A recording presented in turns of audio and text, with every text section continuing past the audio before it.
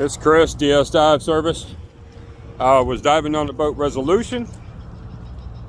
The boat is listing to starboard, and shut the breaker power off when I cleaned the boat, and then of course put it back on. But the shore power has been disconnected from the boat.